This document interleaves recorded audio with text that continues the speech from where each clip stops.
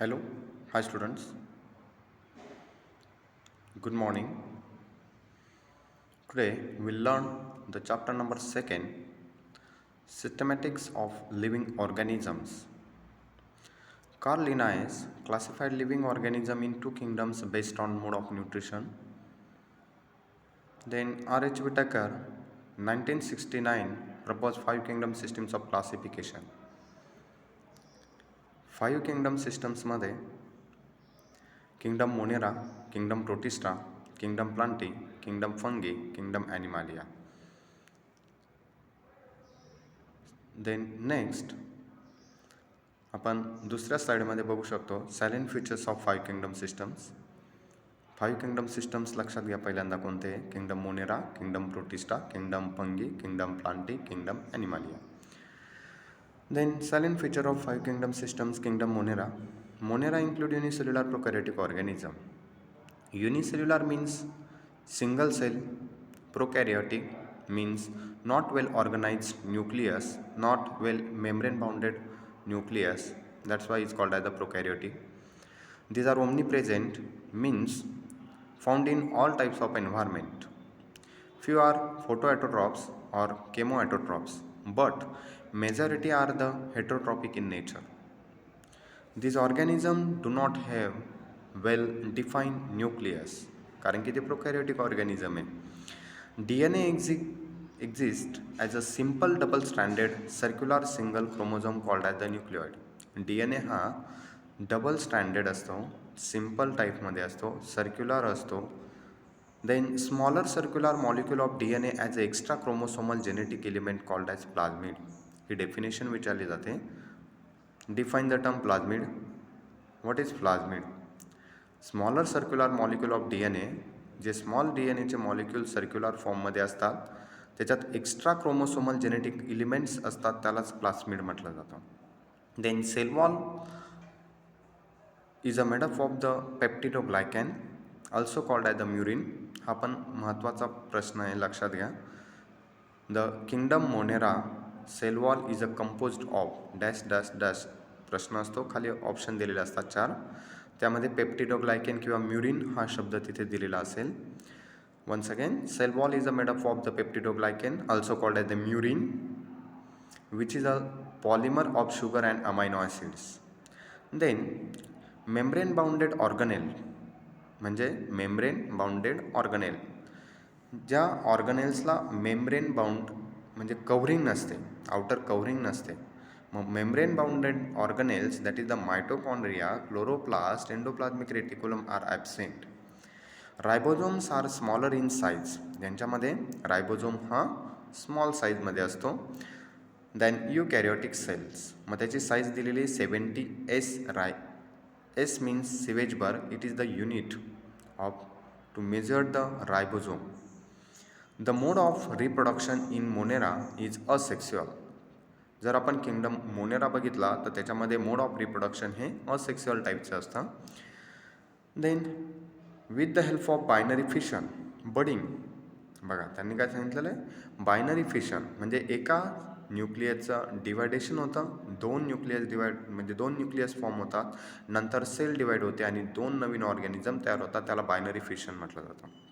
Then budding means it is a one type of method of the asexual reproduction in which the initially parents plant a special type of cell undergoes differentiation and to form a small bud.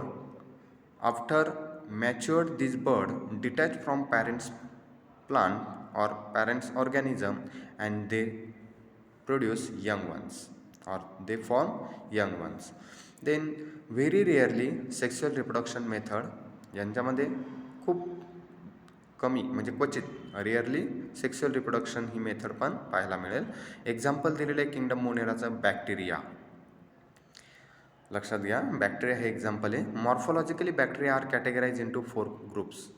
म्हणजे morphologically म्हणजे external फॉर्ममध्ये bacteria हा वेगवेगळ्या शेपमध्ये किंवा वेगळ्या ग्रुपमध्ये divide केलेला आहे. शेपनुसार त्याचे टाईप पडतात, स्पिरिकल, रॉड शेप, क्वामा और kidney shape, then spiral shape.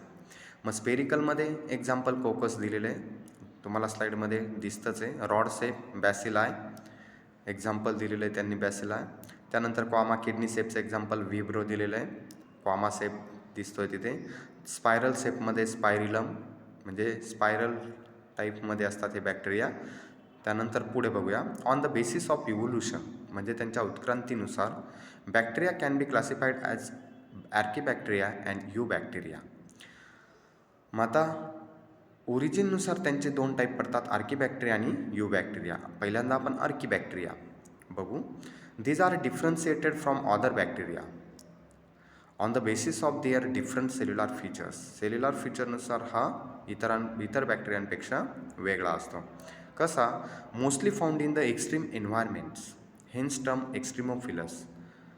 मग एक्स्ट्रीम एन्व्हायरमेंटमध्ये किंवा एक्स्ट्रीमोफिलस का म्हटलं जातं? Found in the variety of places from volcanic creatures to salty lakes. म्हणजे व्हॉल्कॅनिक क्रिएचर्सपासून ते सॉल्टी लेक्स किंवा हॉट स्प्रिंगमध्ये सुद्धा ते तुम्हाला पाहायला मिळतील आर्कीबॅक्टेरिया, म्हणून त्याला एक्स्ट्रीमोफिलस म्हटलं जातं. Bacteria that can withstand high salinity are called हॅलोफिल्स.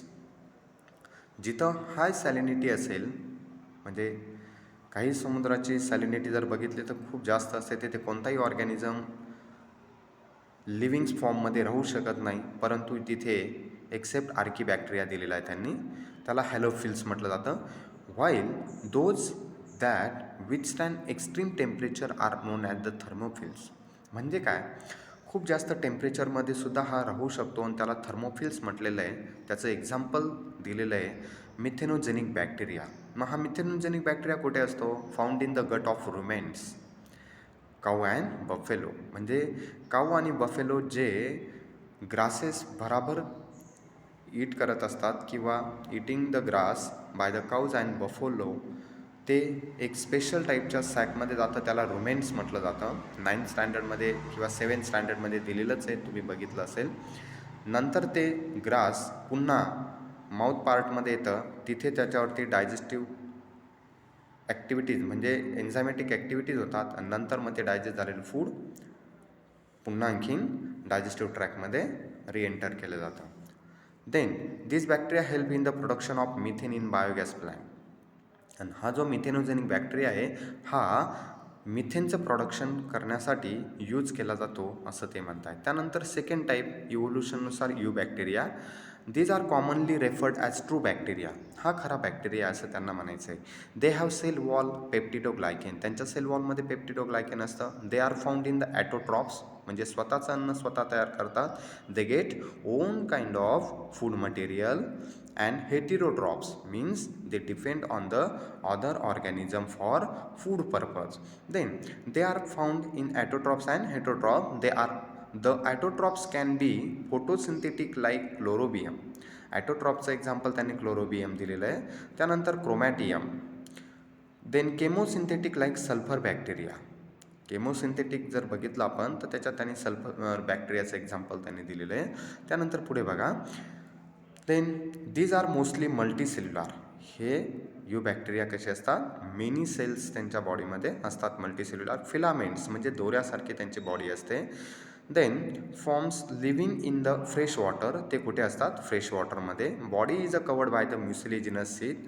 ते वॉटरमध्ये असणारे म्हणून वॉटरचा इफेक्ट त्यांच्या आउटर स्किनवरती किंवा आउटर सरफेसवरती होऊ नये म्हणून एक स्टिकी सबस्टन्स कवर्ड केलेला असतो आणि त्याला म्युसिलेजिनस सीट म्हटलं जातं. The genetic material is typical prokaryotic. यांच्यामध्ये टिपिकल जेनेटिक मटेरियल कोणतं असतं? Prokaryotic, look like prokaryotic. Chlorophyll A, chlorophyll B, carotenes and xanthophylls are the photosynthetic pigment. यांच्यामध्ये फोटोसिंथेटिक पिगमेंट असतात. ॲटोट्रॉप्स असले त्यांमध्ये, कारण की त्यांना स्वतःचं अन्न, they get own prepared food, म्हणून त्यांना क्लोरोफिलची गरज आहे. Filament shows heterocyst which help in the nitrogen fixation. जर फिलामेंट्स ऑर्गॅनिझम किंवा यू बॅक्टेरियामध्ये जर फिलामेंट्स बॉडी असलेले ऑर्गॅनिझम बॅक्टेरिया असतील तर त्यांच्यामध्ये एक स्पेशल टाईपची सेल प्रेझेंट असते. मल्टीसेल्युलर म्हणजे एक स्पेशल सेल त्यांच्यामध्ये असणारे, त्याला हेट्रोसिस्ट म्हटलं जातं. आणि ती सेल काय काम करते? Which help in nitrogen fixation. Then heterotrophs. हा सेकंड टाईपचा eubacteria. Heterotrophs they depend on the other organism for the food purpose. The heterotrophs are the most abundant. Most of them are the decomposer. हे decomposer असतात म्हणजे decompose करत असतात. And known for the breaking down large molecule in a simple molecule or minerals. म्हणजे breakdown करत असताना ते large मॉलिक्यूलचं कन्व्हर्जन सिम्पल मॉलिक्यूलमध्ये करत असतात. They can be the anaerobes helping in the curdling of milk. म्हणजे हे ॲनएरोब्स विदाऊट ऑक्सिजन हे ॲक्टिव्हिटी कंप्लीट करत असतात. एक्झाम्पल त्यांनी दिलेलं आहे कर्लिंग ऑफ मिल्क म्हणजे दुधाचं रूपांतर दह्यामध्ये होणं. पण ते कसं होतं? With the help of eubacteria. कोणता? लॅक्टिकोबॅसिला आहे.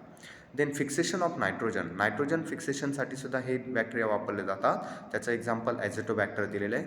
अँटीबायोटिक प्रोडक्शनसाठी सुद्धा यूज केले जातात. स्ट्रेप्टोमायसिस त्यांनी एक्झाम्पल दिलेलं आहे. ठीक आहे, समजलं आहे. एक्झाम्पल लक्षात ठेवायची आहे आणि त्याचे कॅरेक्टरिस्टिक फ्युचर्स लक्षात ठेवायचे. त्यानंतर पुढे but the story doesn't end here. इथं त्यांची स्टोरी बॅक्टेरियाची किंवा यू बॅक्टेरियाची संपलेली नाही आहे. ते काय म्हणतात? सम ऑफ देम आर पॅथोजन्स. पण काही बॅक्टेरिया असे असतात की पॅथोजन क्रिएट करतात. That is causing disease. म्हणजे वेगवेगळ्या प्रकारचे डिसीज क्रिएट करत असतात हे बॅक्टेरिया. त्याच्यामध्ये एक्झाम्पल दिलं टायफॉईड, कॉलरा, ट्युबरक्युलासिस, त्याला TB म्हणतो आपण. देन टिटॅनस, याला धनुर्वात म्हटलं जातं. ठीक आहे, यामध्ये लक्षात ठेवण्यासारखं काय आहे? आर्कीबॅक्टेरिया आणि यू बॅक्टेरियाची इव्होल्युशननुसार त्याचे टाईप्स पडत आहेत. बाकीचे कॅरेक्टरिस्टिक फीचर्स आणि ते मॉर्फॉलॉजिकली बॅक्टेरियाचे किती ग्रुप आहे आणि डायग्राम लक्षात ठेवा. थँक्यू.